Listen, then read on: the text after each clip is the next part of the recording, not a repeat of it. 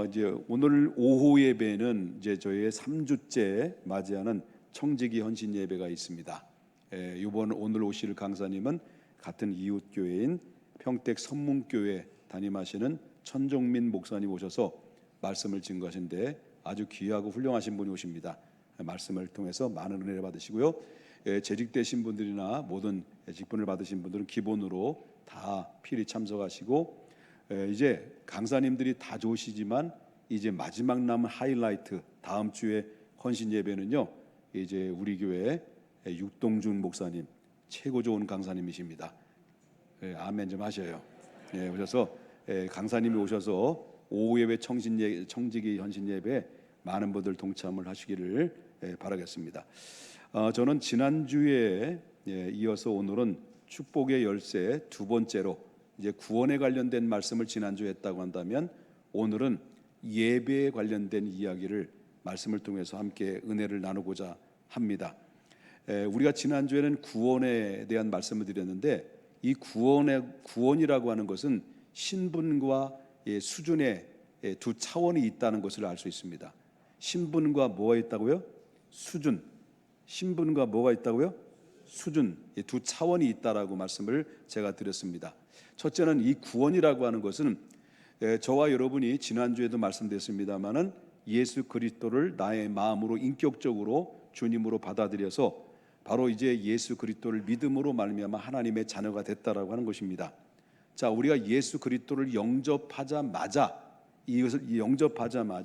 이 예수님이 내 안에 들어오셔서 이것을 가지고 거듭났다라고 하면, 거듭났다, 중생했다 이렇게 말합니다.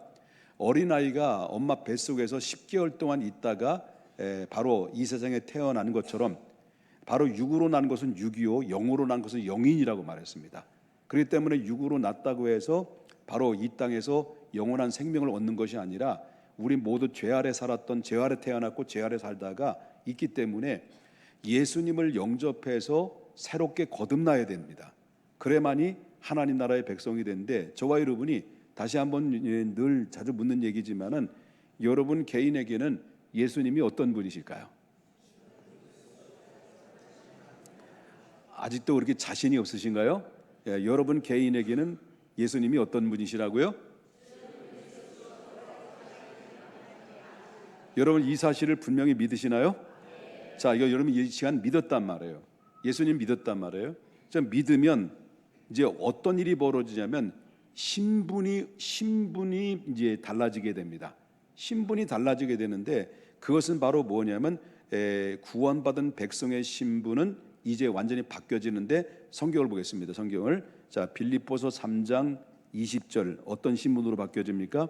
우리의 시민권은 어디에 있다는 거예요? 하늘에 있다는 거예요. 지금 우리가 시민권은, 육신적인 볼 때 시민권은 어디예요? 대한민국의 시민권으로서 살아가고 있습니다. 그런데 예수님을 믿고 난 이후에 또 다른 시민권이 생겼는데, 그 시민권은 이 땅이 아니라 어디에 있다는 거예요? 하늘에 있는 시민권자가 됐다라는 거죠. 물론 여기 계신 분 중에는 바로 이제 시민권이 두 개를 가지고 계신 분이 있어요. 우리 집사님들 중에서 대한민국의 시민권도 있고 미국의 시민권도 있어요. 이분들은 시민권이 몇 개예요? 세 개. 부럽죠.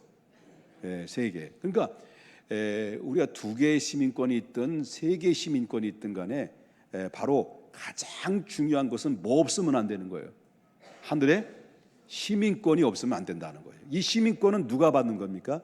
예수 그리스도를 마음의 구주로 영접함과 동시에 얻어지는 그런 시민권의 특권을 부여받았다라고 하는 것입니다. 믿으시면 아멘 합시다. 자, 그러면 이렇게 신분이 하나님 나라의 바로 뭐냐면 시민권자로서 살아가는데, 그런데 그 시민권자가 어떤 특권을 가지고 있느냐 할 때, 내가 시민권자가 됐다라는 의미는 요한계시록의 20장 15절 보겠습니다. 요한계시록 20장 15절. 누구든지 어디에? 생명책에 기록되지 못한 자들은 어디로 들어간다는 거예요? 불못에 들어간다. 다시 말한다면 시민권자, 하늘의 시민권자, 다시 말합니다. 예수님 믿었어요. 믿음과 동시에 우리 시민권이 어디에 됐다고요? 하늘에 기록되어 있어요. 하나님 나라의 시민권자는 그 이름이 어디에 기록됐다는 거예요? 생명책에 기록됐다라고 하는 거예요. 우리 예수 그리스도를 믿지 않고 있으면 그대로 우리는 어떤 자가 됐습니까? 바로 이 땅의 시민권자로 살아가고 있지만은 하나님 나라의 시민권자가 아니기 때문에 하나님 나라의 생명책에 내 이름이 없는 상태예요. 없으면 어떻게 됩니까? 이대로 가면 하나님 심판받는 대상이 된다라는 것이 성경에서 명확하게 말씀해주고 있다라는 것을 보게 된다라고 하는 거죠. 그러므로 저와 여러분이 예수님을 영접했어요. 그래서 물과 성령으로 거듭났어요. 그래서 그 물과 성령으로 거듭나서 우리의 이름이 우리가 하나님 나라의 시민권자라고 하는 특권을 받았는데, 시민권자는 하나님 나라의 생명책에 있다 없다? 없다? 있다? 있다라는 거죠. 물어봐 옆에 분, 당신은 하나님 나라의 생명책에 기록돼 있어? 한번 물어봐봐요. 없어? 있어? 물어봐요. 물어보겠습니다. 있어? 정말? 진짜야? 요? 우리는 이 믿음을 가지고 확신을 가지고 살아야 돼요. 살아야 됩니다. 자, 믿습니까? 믿으면 우리의 생명, 우리의 시민권은 어디에 있다고? 하늘에 있는 시민권 안에는 내 이름이 어떻게 됐다고요? 생명책에 기록됐다. 이 확신을 가지고 믿음 생활하면요, 그 믿음 생활은 행복한 것이다라고 하는 거예요. 이게 바로 하나님이 우리에게 값없이 주시는 특권이에요. 축복이라는 거예요. 그런데 또 여기에 차원이 또 하나 있어요. 이게 바로 첫 번째의 신분의 차원이라고 그랬고요. 두 번째 차원이 있습니다. 수준의 차원이 있습니다. 우리가 이제 하나님 나라의 백성이 됐어요. 하나님 나라의 우리 시민권자로서 우리의 이름이 하나님 나라의 생명책에 기록된 자로서 우리가 신분의 변화가 됐어요. 여기서 끝나면 될까요? 아니다라고 하는 겁니다. 또 다른 차원이 있다는 것인데, 그 차원이 바로 뭐냐면 히브리서 6장 1절부터 2절을 보겠습니다.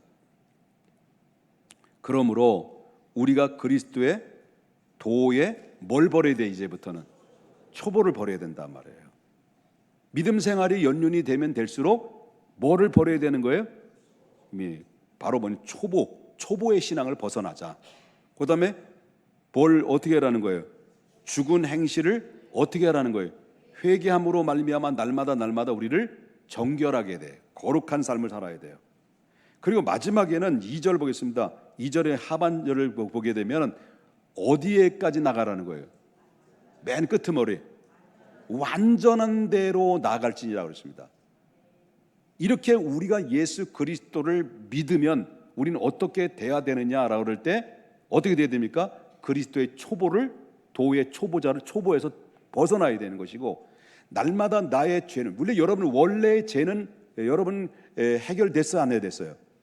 바로 해결됐죠. 아담으로부터 내려오는 원죄를 해결받았지만 내가 구원받는 데 있어서는 문제가 없는데, 구원받았다고 해서 우리 이 땅에 사는 날 동안 죄를 안 져요, 안 져요? 죄요. 이걸 가지고 자범죄라고 말해요. 이 자범죄는 구원과는 상관없어요. 그렇지만 이걸 쌓아놓으면 어떻게 돼요? 골마 터져요. 병드는 거예요. 그래서 우리는 자꾸 날마다 내 자신을 쳐서 나의 자범죄를 회개하고 나를 정결하고 성결하고 거룩한 모습으로 우리가 변화되어야 되고 성숙해야 된다는 거예요.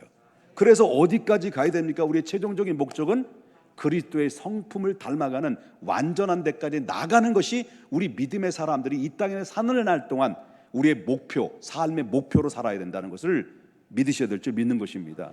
이렇게 살아갈 때 하나님께서는 이런 자들을 하나님께서 주목해 보시고 이런 자들과 함께 하시며 이런 자들의 하나님의 축복의 주인공으로 삼아 주신다라고 하는 것을 보게 되는데, 그러면 우리가 이게 어떻게 나가야만이 완전한 데까지 이르게 될 수 있느냐라는 그 질문이 하나 생기죠. 그렇다면 그 해답은 어디에 서 있느냐? 우리가 하나님 앞에 초보를 떼어버리고 날마다 내 자신을 쳐서 복종해서 완전한 데까지 하나님 앞에 나가기 위해서는 가장 기본적이고 가장 우리가 해결해야 될 문제가 바로 뭐냐면 그게 바로 예배라고 하는 겁니다. 그러면 우리가 본문의 말씀을 살펴보게 되면 하나님께서는 지금도, 과거도 물론 마찬가지겠습니다만은 하나님의 죄를 짓고 나서 하나님은 최초의 인간인 아담에게 뭐라고 했습니까?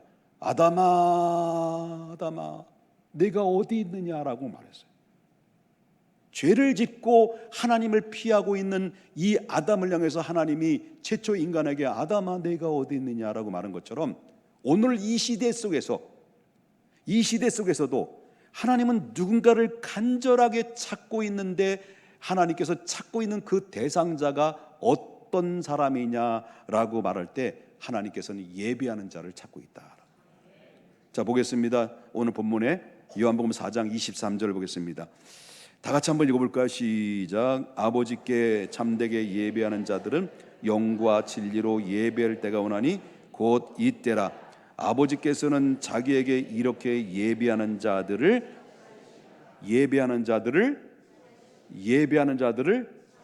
누가 찾으시는 거예요? 누가 찾으시는 거예요? 아버지 하나님이 찾으신다라고 합니다. 그럼 지금도 계속해서 아담아 내가 어디 있느냐라고 지금도 계속해서 바로 아담인 사랑하는 나의 딸아, 사랑하는 나의 아들아, 내가 지금 어디 있느냐, 무엇을 하고 있느냐라고 하는 이 질문 앞에 주여 내가 여기 있나이다라고 내가 대답하고 그 자리에 하나님의 부르심의 자리에 내가 나온다라는 것은 그건 바로 예배의 자리라는 것입니다. 그래서 여기서 아버지께서 이렇게 예배하는 자를 찾으신다라고 하는 이 찾는다라는 이 의미는 바로 헬라의 원문으로 보면 제테오라고 하는 얘기입니다. 뭐 들어서 알겠습니다만은 이 제테오라고 하는 이 원문의 내용은 어떤 뜻입니까? 강렬하게 원한다. 강렬하게 원한다는 이 뜻이 담겨 있습니다. 자, 이 말씀을 좀 쉽게 이야기하면서 예수님께서 이 뜻을 하나님의 찾는다라고 하는 이 문제를 예수님이 제자들에게 비유를 통해서 누가복음 15장에 말씀하신 적이 있습니다. 누가복음 15장에 세 가지 비유를 소개해 주고 있는데, 첫 번째는 어느 목자가 양을 데리고 이제 들로 간 거예요. 가다가 산에 이제 올라가서 들로 온 적이 있는데 이제 100마리 양을 데리고 왔어요. 100마리 양을 데리는데 이 목자는 양의 이름들을 다 알아요. 바로 똘마나 양돌아 다 안든단 말이에요. 다 알아듣는단 말이에요. 그런데 이 양을 쉬어봤어요. 100마리를 데려갔는데 양을 한 사람이 아니라 한 양, 두 양, 세 양 이렇게 세봤는데 100마리 양 중에서 하나가 없어진 거예요. 그 양의 이름이 양돌이에요. 양돌이가 없어져 버린 거예요. 내가 진 얘기야. 그 양돌이 이름은 잊어버린 거예요. 그래서 이 목자는 99마리를 내버려 두고 잃어버린 양을 찾는 거예요. 막 가시밭길을 찾아면서 계곡을 물을 지나 막 이런 엄청난 산과 뭐 들로 막 사방팔방하면서 뭐 했겠습니까? 뭐 했겠어요? 이름을 불렀겠지. 양돌아, 양돌아. 이 주일학교 없네. 양돌아 어디 있니? 양돌아 어디 있니? 하고 이 목자는 그 사랑하는 잃어버린 양돌이를 찾기 위해서 사방팔방 헤맨다라는 이 찾는다라는 이 목자의 찾음, 이게 바로 뭐냐면 제테오라고 하는 유사 용어가 사용됐다는 것입니다. 또 예수님 또 비유로 말씀하시고 있는데, 어떤 아줌마가 가정에서 있다가 아주 값비싼 10드라크마의 돈이 있었는데 10드라크마 중에서 쉬어보니까 그러니까 하나가 없어진 거예요. 하나는 없어져 가지고 9드라크마는 뭐 있으니까 문제 없는데 하나가 없어지니까 어떻습니까? 막 그냥 조바심이 나는 거예요. 그래서 어떻습니까? 농도 뒤져보고, 그다음에 또 침대도 들썩거려 버리고, 또 침대 밑에도 보고, 그래도 안 되니까 청소기는 빨리면 안 되고, 막 쓰다 저 빗자루로 막 쓸고 난리 부르스를 치면서 뭘 찾으려는 거예요? 잃어버린 한 드라크마를 찾는 이 간절한 원하는 마음, 이 찾는다라는 의미, 거기에서 제테오라는 용어가 사용됐다라는 것을 보게 되고, 또 세 번째는 예수님 또 비유로 말씀하시는데, 두 아들이 있었어요. 두 아들인데 둘째 아들이 있었는데 둘째 아들이 조금 이게 이제 거시기야. 그래서 아버지한테 미리 재산 달라고 해가지고 막 쪼아가지고, 그래서 아버지 협박해가지고 재산을 몽땅 가지고 그냥 먼 타국으로 날랐어요. 아버지는 아들의 요청에 못 이겨서 줬지만은 그 아버지가 들려오는 소리를 들으면 이 아들이 이 돈을 가지고 와서 다 탕진해 버린 거예요. 호랑방탕하면서 다 탕진했다는 소식을 들려올 때마다 그 아버지는 안타까운 마음을 가지고 그 아들이 빨리 돌아오기를 간절하게 애타게 찾는다는 것, 바로 99마리 중에서 한 마리를 찾는 이 목자의 심정, 바로 10드라크마에서 한 드라크마를 찾기 위해서 바로 사방팔방이 아니라 방을 샅샅이 뒤지는 그 아줌마의 그 심정, 그리고 둘째 아들 집을 나간 그 아들이 어서 빨리 돌아오기만을 간절히 열망하고 간절히 원하고 간절히 찾고자 하는 마음을 가지고 있는 아버지의 심정, 이 세 가지 공통점이 있지 않습니까? 뭐가 있습니까? 간절함이 있다는, 간절함이 있다는 거예요. 그런데 이 하나님 아버지께서는 바로 뭐냐면, 이 제테오라는 이야기가 바로 뭐냐면, 나는 너를 원한다. 어떻게? 미치도록 원한다. 미치도록. 이게 제테오라는 강렬한 용어예요. 미치도록 원한다. 근데 하나님이 그렇게 우리를 찾고 있다는 거예요. 어떻게 강렬하게 찾고 있다는 거예요. 아담아, 네가 어디 있느냐? 우리가 주일날 빠지는데 등산 가 있을 때도 하나님은 야 등돌아 너 어디가 있냐?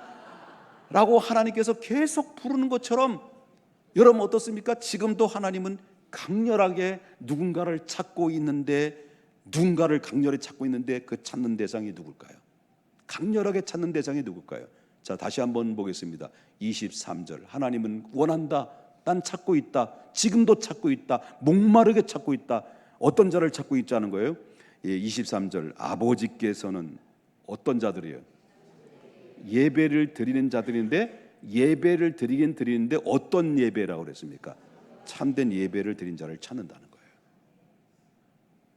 여러분, 예배는 참되게 드려야 돼요. 여러분, 23절과 24절에 이 짧은 두 절이 나와요. 오늘 본문에 함께 읽었던 말씀, 이 짧은 두 구절 속에는 예배라고 하는 단어가 무려 몇 번이나, 이게 몇 번이나 반복해서 나오냐면 5번이나 나와요. 예배라는 단어. 그런 예배라는 말이 5번이나 짧은 두 구절 속에 나온다는 것은 그만큼 뭐가 중요하다는 거예요. 예배가 그만큼 중요하다는 거예요. 그래서 우리가 우리 믿는 사람들이 예배가 얼마나 중요한가라는 것을 바로 예수 그리스도께서는 예배의 본질을 정확하게 우리에게 알려주고 있다라는 것을 이제 보게 된다. 그렇다면 그럼 예배를 드리는 자를 찾고 있는데, 어떻게? 강렬하게 찾고 있는데, 그 예배는 어떤 예배를 드린 자를 찾는다고 그랬어요?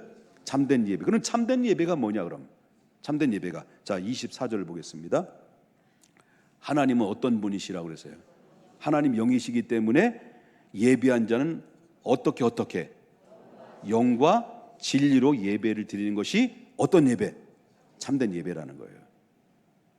참된 예배가 뭐라고 했어요? 영과 진리로 드리는 거예요. 그럼 영으로 드린다는 게 뭘까요? 자, 영으로 드린다라는 것은 이것은 한마디로 말한다면 깨끗한 영으로 성령 안에서 예배를 드린다는 거예요. 깨끗한 영으로 성령 안에서 예배를 드린다는데, 다시 말한다면 이 성령 안에서 성령의 도우심을 받아서 예배를 드릴 때 그 예배가 참된 예배의 가장 기본적인 여건이 마련된다는 거죠. 그것은 무슨 말입니까? 우리가 예배를 드릴 때 무엇을 느껴야 된다는 거예요? 성령이 임재를 느껴야 돼요. 임재. 그래서 성령에 늘 감동이 되고 성령의 임재를 느끼면서 예배를 드릴 때, 그 성령의 임재를 느껴서 예배를 드리는 그 예배자는, 그 예배가 감동이 오겠습니까? 열받겠습니까? 감동이 오는 거죠. 감동이 올 수밖에 없는 거예요. 그리고 성령의 바로 그냥 깨끗한 영으로 성령 안에서 임재 가운데 예배를 드릴 때 그 예배는 그 어느 때보다 은혜가 되는 것이고, 그 예배는 그 말씀이 들어올 때 그 어느 때보다 그 말씀이 은혜로 내 심령 속을 요동치게 만드는 능력의 말씀으로 된다라는 거예요. 그래서 참된 예배는 뭐로? 영으로. 다시 말하면 깨끗한 영으로 성령 안에서 임재를 경험. 그래서 우리가 찬양할 때도 성령의 임재를 경험해야 돼요. 임재를 경험해야 돼요. 그래서 우리는 늘 성령의 안에서 우리가 임재 가운데 예배를 드려야 되고, 그다음 두 번째는 이래야 그 성령의 임재 가운데 드려야 그 예배를 하나님 연락 받으신다라고 하는 것이고요. 두 번째는 참된 예배는 영과 그다음에 뭐라 그랬어요? 진리라 했습니다. 그럼 이 진리는 누구일까요? 진리가 누구일까요? 바로 길이요 진리요 생명 되신 누구의 이름으로 드리는 거예요? 예수님. 그 예수님이 빠져있는, 예수님의 이름이 빠져있는 예배는 예배가 아니에요. 예배가 될 수 없어요. 그래서 예수님께서도 당신을 향해서 당신의 신분에 대해서 이렇게 이야기합니다. 바로 요한복음 14장 6절부터 7절에 뭐라고 말합니까?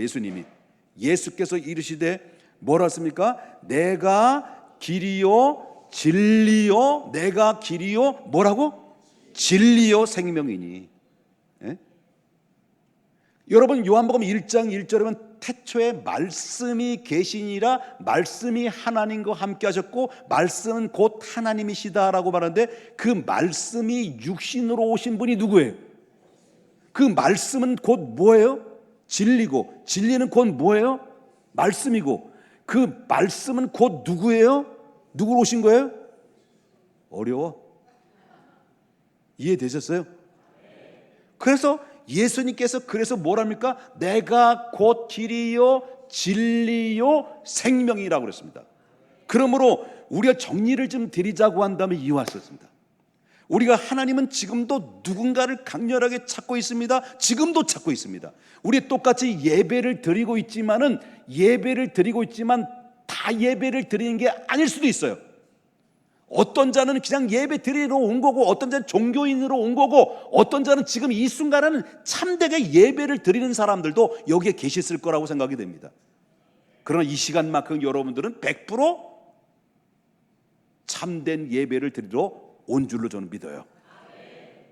그러나 하나님은 지금도 누군가를 간절하게 찾고 있는데, 그 찾으시는 대상은 바로 뭐냐면 참된 예배를 찾으시는데, 참된 예배를 드리는 자를 찾으시는데, 그 참된 예배를 드린다는 것은 성령의 임재와 도우심으로 진리 되신 예수 그리스도의 이름으로 드리는 것이, 그게 바로 뭐냐? 참된 예배다 이거예요. 이렇게 예수님의 이름으로 이와 같이 참된 예배를 드리는 자를 지금도 강렬하게 찾고 있다. 그렇기 때문에 이 사실을 여러분 믿으십니까? 이 사실을 깨닫는다고 한다면 우리가 드려지는 예배는 지 멋대로, 지 생각대로 드려서는 안 된다라고 하는 거예요. 이거 물어보겠습니다. 이제 물어볼게요.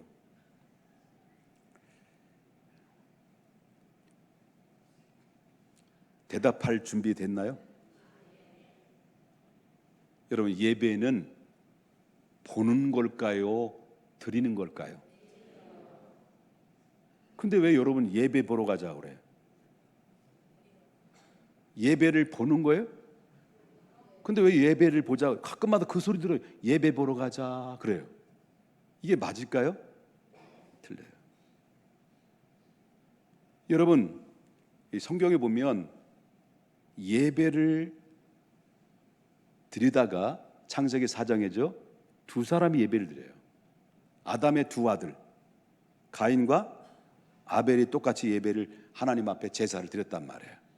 근데 하나님은 가인의 제사를 거절했어요. 안 받았어요.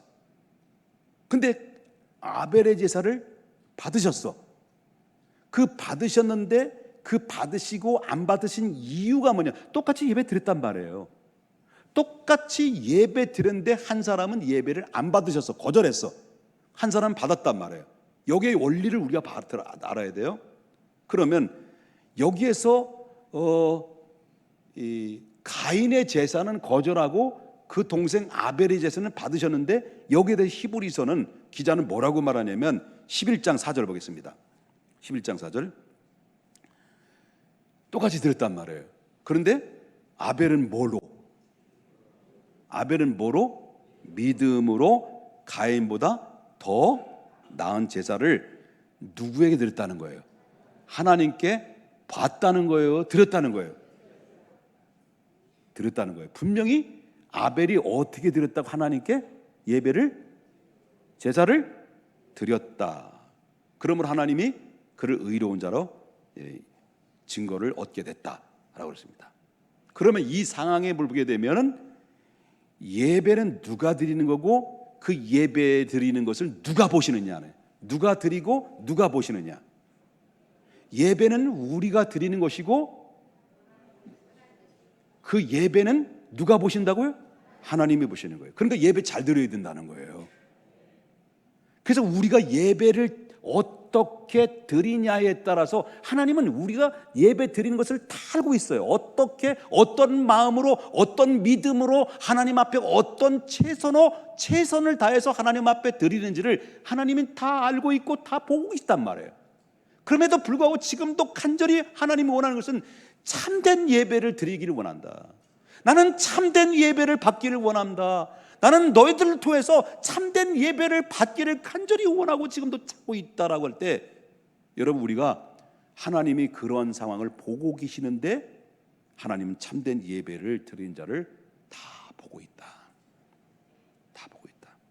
그러므로 누가 드리는 거라고요? 예배는 우리가 드리고 예배를 보시는 분은 하나님이시다. 그래서 예배는 자기 멋대로 드려서는 안 된다는 거예요. 왜냐하면 누가 보시기 때문에? 하나님이 보시기 때문에. 옆에 보면 째려봅시다. 하나님이 다 보고 계셔. 그렇다고 뭐 째려보면 어떻게 해요? 그랬잖아요.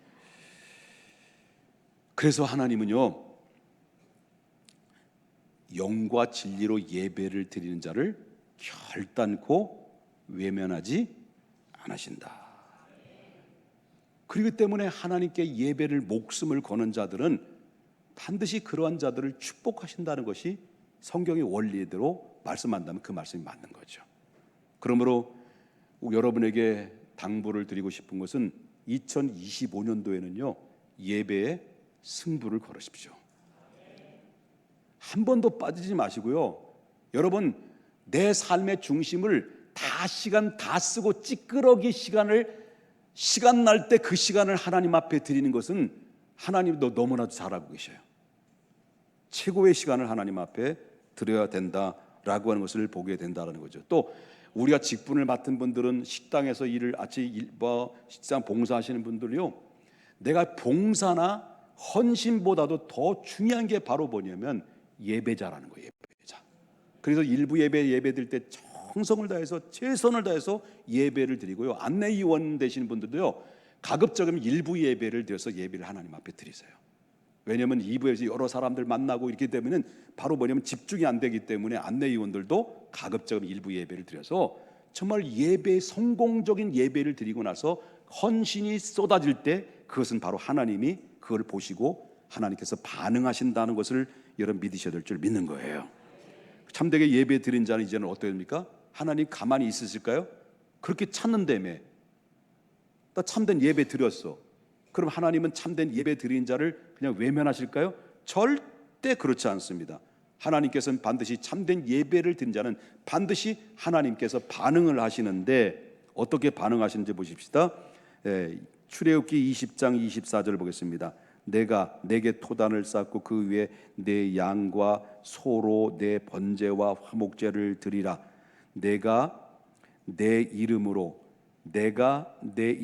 기념하게 하는 모든 곳에서 뭐라니까? 내게 임하여 복을 주겠다. 다시 말한다면 이 장소적인 개념입니다. 그렇기 때문에 이 현장에서 저와 여러분이 영과 진리로 예배를 하나님 앞에 드렸을 때 그 예배 드리는 곳에 내가 임한다 그랬어요. 임한다. 그런 저와 여러분이 참된 예배를 드릴 때 지금 여호와 하나님이 지금 여기에 계신다는 거예요? 계신다는 거예요. 계신다는 거죠. 또 보십시다. 마태복음 18장 20절에 예수님이 뭐라 합니까? 두세 사람일지라도 누구의 이름으로? 내 이름으로 모인 곳에는 나도 어떻게 한다는 거예요? 그 구역 예배에 두 사람 모여도요, 두 사람이 아니에요. 누가 함께 하시는 거예요? 하나님이 함께 하시는 거예요. 이 시편 22편 3절 보겠습니다. 이스라엘 중에 어디에 거신다 그래서 하나님은 찬송 중에 거신다. 그래서 여러분 이 주목해 볼 만한 것이 조금 전에 읽었던 말씀을 보면 마태복음 18장 20절에 내 이름으로 모인 곳에 나도 있다 그 얘기예요. 바로 너희가 번제와, 다시 말하는 번제와 화목제로, 이것은 바로 뭐냐면 예배 속에는 뭐가 있습니까? 헌신이 들어있는데 그 헌신이 뭐 여러분 드려지는 10의 1조와 그리고 각종의 봉헌물을 드릴 때, 그 봉헌물을 드릴 때 하나님은 절대 그냥 놓치지 않고 다 보고 있고 그 드리는 곳에 내가 임하여 내게 너에게 뭘 주겠다는 약속이에요? 복을 주겠다는 약속이었습니다. 시편 22편 3절에 안 말했습니까? 너희가 찬송할 때 내 찬송 중에 주님의 거룩한 주님이 임재하여 주셔서, 이렇게 하나님 앞에 드려질 때 우리가 드려지는 예배가요, 감격이 될까요? 감격이 될까요? 감격되는 거죠. 은혜가 되는 거죠. 또 깨달음이 오는 거죠. 그 예배는 기쁨으로 예배 드리는 겁니다. 이게 없으면 예배를 1년 52조 드려도 기쁨이 없고 감격이 없고 은혜가 없고 깨달음이 없다고 한다면 우리가 드려지는 예배는 참된 예배가 아니기 때문에 그렇다는 거예요. 종교적인 마음과 태도를 가지고 주님 앞에 나온 자들에게는 결단코 하나님의 영이 함께서 우리의 우둔한 머리를 열려줄 수가 없다는 것을 보게 된다라고 하는 거예요. 여러분 초대교회를 보십시다. 초대교회 대단했지. 엄청났지요. 초대교회. 초대교회 강력한 성령의 역사가 엄청나게 막 쏟아졌죠. 이 강력한 성령의 역사가 일어나게 됐던 이면에는요, 초대교회 교인들의 특징이 있습니다. 그게 바로 뭐냐라고 말할 때 저들은 주의 이름으로 모였습니다. 모였단 말이에요. 모여서 어떻게 했습니까? 찬송하고, 그들은 모여서 기도하고 사도들로부터 말씀을 들었어요. 이게 우리들이 예배 드리는 것과 똑같은 거예요. 그런데 저들이 드려지는 그때 초대교회 성도들은 너무 간절한 거예요. 너무 사모한 거예요. 그러다 보니까 그 드려지는 그 사모함과 간절함이 하나님이 강렬하게 찾는 그 심정이 스파크 현상이 일어나니까 거기 어떤 일이 벌어지냐, 하나님 영이 뜨겁게 임해가지고요, 거기에 임재의 기적이 임했고 응답이 있고 축복이 임했는데, 성경을 보십시다. 빌립보서 4장 사도행 4장 31절에 보니까 저들이 예배 다 마치고 끝나고 나서 거기서 멈추지 않고 그들은 모여가지고 손잡고 어떻게 했다는 거예요? 빌기를 다음에 모인 곳이 어떤 역사가 일어났어요? 진동의 역사가 일어났어요. 그리고 다 그들이 어떻게 했다는 거예요? 성령이 다 충만해서 막 기뻐, 어쩔 수 없는 거예요. 막 이에 기회가 걸려가지고, 여러분 이 복권이 28억 당첨될 때는 이 기회에 걸리는데 그건 순간적이야. 근데 이들이 막 성령이 충만하니까 이에 기회 걸려가지고 기뻐가지고 어쩔 줄 모르는 거예요. 덩실덩실 거기서 뛰쳐나간 거 아닙니까? 뛰쳐나가서 바로 하나님의 말씀을 담대하게 예수 이름을 전파하는 이 초대교회 역사는 날로 부흥되고 엄청난 복이 그 안에서 차고 넘쳤다라는 것을 보게 돼요. 그리고 여러분 예배를 잘 드릴 때 여러분 하나님이 우리와 함께 하신다는 것, 하나님 예배하는 곳에 하나님 언제나 함께 동행하신다는 것 잊지 않고 예배를 드리시기를 바랍니다. 그다음에 거기서 끝나는 게 아니죠. 바로 예배하는 곳에는 하나님이 어떻게 반응하시느냐 할 때 우리의 흉악한 결박에서 풀어주는 거예요. 예배가 진정한 자유예요. 예배는 바로 우리의 흉악한 결박에서 풀어주는 겁니다.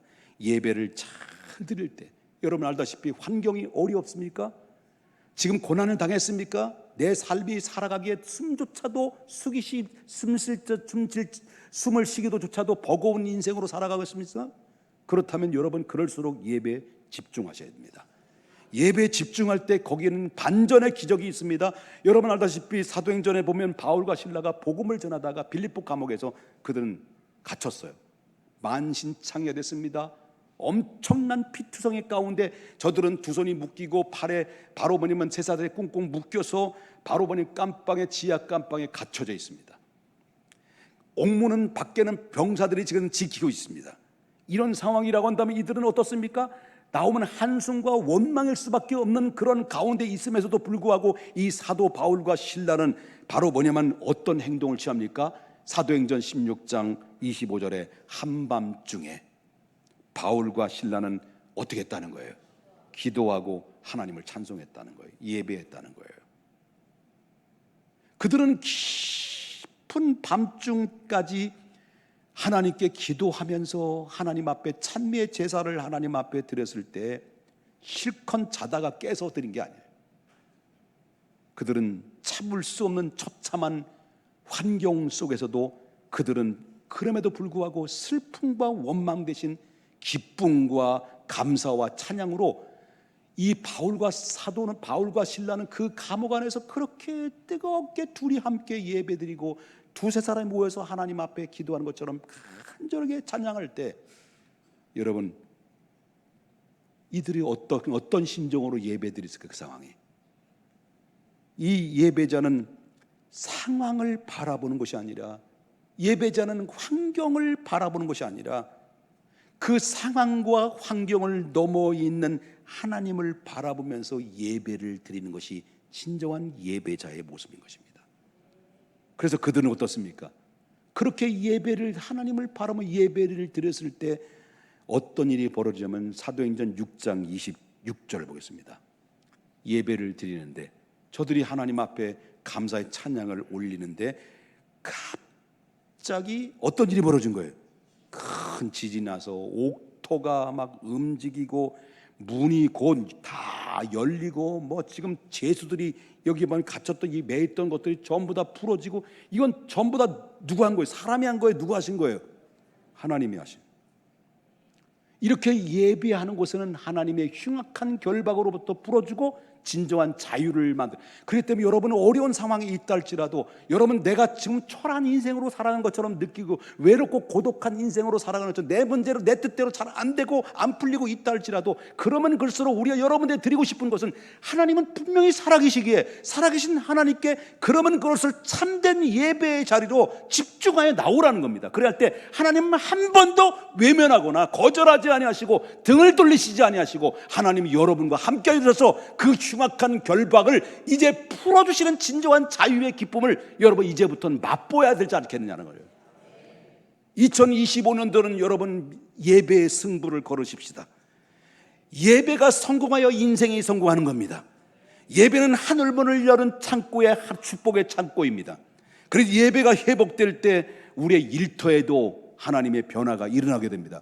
여러분 우리가 예배할 때 우리 부모들이 예배가 살아오고 예배가 회복될 때 여러분 자녀들은 공부하지 말라고 해도 하나님 때가 되면 공부하고 공부를 안 해도 하나님 여러분 자녀들에게 잘하는 모든 달란트와 특기를 가지고 그 분야에선 세계를 정복하고 다스릴 수 있는 인재가 될 수 있다는 것입니다. 예배하는 곳에 교회가 부흥이 있습니다. 그러므로 이 나라 민족이 시급한 문제가 뭐예요? 뭐 여당 야당 뭐 대화해서 풀어서 해결할 기미는 별로 안 보이고 이 나라가 정치가 잘해서 잘 되는 게 아니에요. 이 나라 살 길은 오직 무엇입니까? 예배가 회복되는 거예요. 이 나라가 다시 회복되기를 위해서는 이 나라의 가장 중요한 것은 우리 중앙교회뿐만 아니라 한국 교회가 해야 될 것이 바로 뭐냐면 여호와께 돌아가야 됩니다. 그리고 예배가 회복되어야 됩니다. 여러분의 가정이 회복되기를 원하십니까? 여러분 개인이 회복되기를 원하십니까? 그렇다면 지금 여태까지 예배를 드리면서 내 예배가 과연 참된 예배를 드려왔는지 내 자신을 이 말씀을 통해서 나의 자신을 청진기로 나를 보자라고 하는 겁니다. 나는 과연 지금까지 예배 드릴 때 하나님이 받으시고 강렬하게 찾으실 때 하나님과 나와의 깊은 임재를 경험해서 예배를 드렸는가, 내가 드린 예배가 최선의 예배인가를 한 번쯤 내 자신을 한번 점검해 보면서 2025년도는 우리가 여호와께 돌아와야 됩니다. 그리고 여러분의 가정에 예배가 회복돼야 됩니다. 그리하면 여러분의 자녀는 성결하게 잘 자라올 것이고, 여러분의 가정은 회복될 것이고, 교회는 부흥될 것이고, 바라기는 모든 삶의 현장에 하나님이 원하시는 참된 예배자로서 승리하는 축복의 간증의 주인공들이 다 될 수 있기를 주님의 이름으로 축원합니다. 주님의 이름으로 축원합니다. 두 손 들고 주님의 이름으로 축원합니다. 하나님께 영광의 박수 올려드립니다. 걸어가신